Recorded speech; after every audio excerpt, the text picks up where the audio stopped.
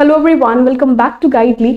आज हम कुछ अच्छे क्वेश्चंस करने वाले हैं जो कि ज्यादातर प्रीलिम्स लेवल के एग्जाम्स में आ जाते हैं, ज्यादातर गवर्नमेंट एग्जाम्स में, बैंकिंग एग्जाम्स के लिए भी काफी इंपॉर्टेंट क्वेश्चंस हैं। तो जरा ध्यान से स्टार्ट करते हैं। देखो, अब क्वेश्चन करने के आपके पास दो तरीके हैं। पहला है principal into rate into time upon 100 करके फॉर्मूला लगाओ और इजीली आंसर निकालो। ठीक है, वहां पे आप करोगे कि 120 इज इक्वल्स टू 600 का 10% इंटू टाइम अपॉन 100। इसे आप सॉल्व करोगे, आपके पास आंसर आ जाएगा। दूसरी चीज क्या कर सकते हो कि आप सीधा क्वेश्चन देखो और आंसर निकाल दो। क्या इन्होंने बोला 600 रुपए है और 600 रुपए पे 10% इंटरेस्ट मिल रहा है एक साल में, एक बार।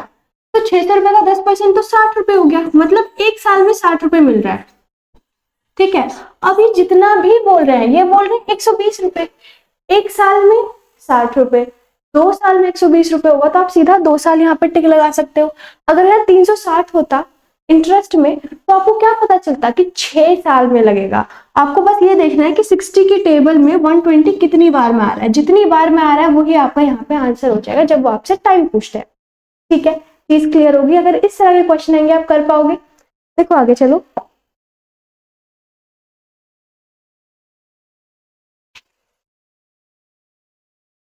अब इस तरह के क्वेश्चन की प्रैक्टिस पीडीएफ आपको गाइडली की वेबसाइट पे मिल जाएगी। आप डिस्क्रिप्शन बॉक्स में लिंक चेक कर सकते हो, उस पे आपको प्रैक्टिस क्वेश्चंस मिल जाएंगे जो रिपीटेड पीवाईक्यूज में आते हैं। ठीक है, इसका मॉक टेस्ट भी आप देख सकते हो। अब सेकंड क्वेश्चन ध्यान से देखो, क्या बोला हुआ है।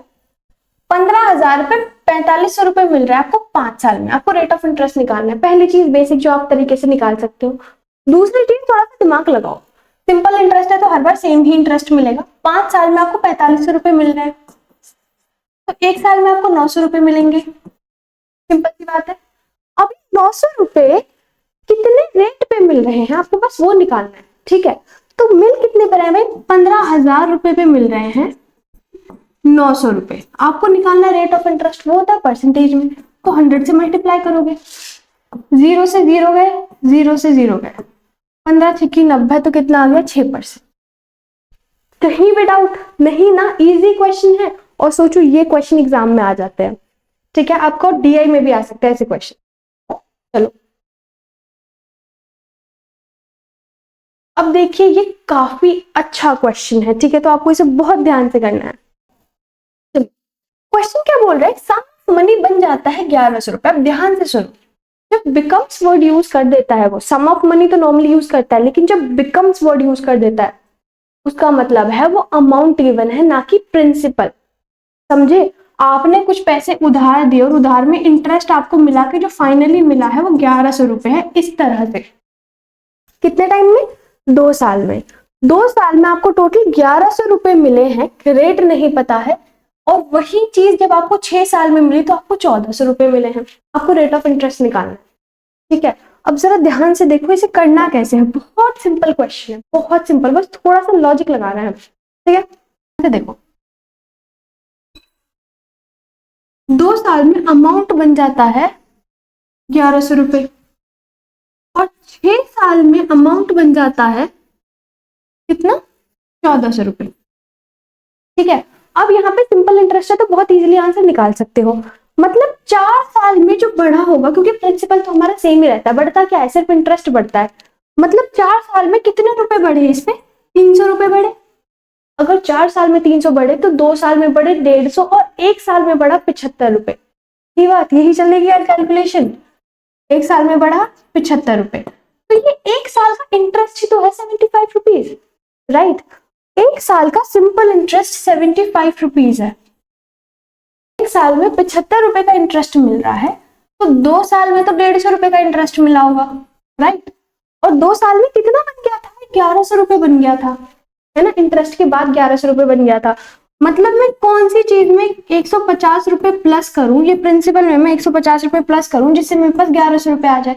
आपको क्या, अच्छा 950 प्लस करना पड़ेगा आपको। तो मेरे पास प्रिंसिपल कितना आ गया है, 950 रुपए। 950 रुपए पे 2 साल में 150 रुपए मिले हैं, तभी 1100 रुपए बने हैं। ठीक है, कॉन्सेप्ट क्लियर। अब देखो आपको पता चल गया 950 रुपए पे चल रहा है यार इंटरेस्ट। ठीक है, अब ये चीज देखो आपको कितने मिले, 150 रुपए मिले, या फिर ठीक है, अब देखो मैं सारी चीजें हटा रही हूँ। हमें क्या समझ आया कि भाई प्रिंसिपल एक्चुअली चल रहा था 950 रुपए, और जो 1 साल का इंटरेस्ट मुझे मिला है वो मिला है 75 रुपए। तो मैं यहीं से रेट ऑफ इंटरेस्ट निकाल सकती हूँ। भाई कितना मिला मुझे, मिला 75 रुपए। कितने रुपए में मिला भाई, 950 रुपए पे। और परसेंटेज में होता है भाई रेट ऑफ इंटरेस्ट, तो परसेंटेज से तो मल्टीप्लाई करना पड़ेगा। ठीक बात। 0 से 0 गया, 2, 9, 19। ठीक है, अब देखो अपॉन में 19 दिख रहा है मुझे साफ साफ।